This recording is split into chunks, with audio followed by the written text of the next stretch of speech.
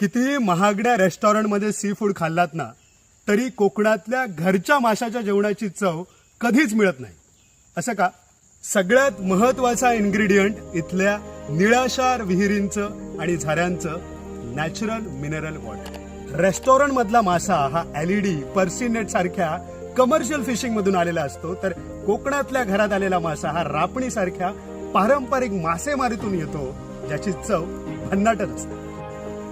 वालय, बेळो सारख्या इंडिजिनस व्हरायटीचो उकडो भात, कढीला एक युनिक फ्लेवर आणि कलर देणारा कोकम, गार्शिनिया इंडिका, तिरफळ नावाचं एक युनिक स्पाइस, ज्याशिवाय कोकणी जेवणाची कल्पनाच होऊ शकत नाही, त्या गावठी नारळाचा खोबरा. The fish curry and rice ही कोकणाची इकॉलॉजिकल रेसिपी आहे.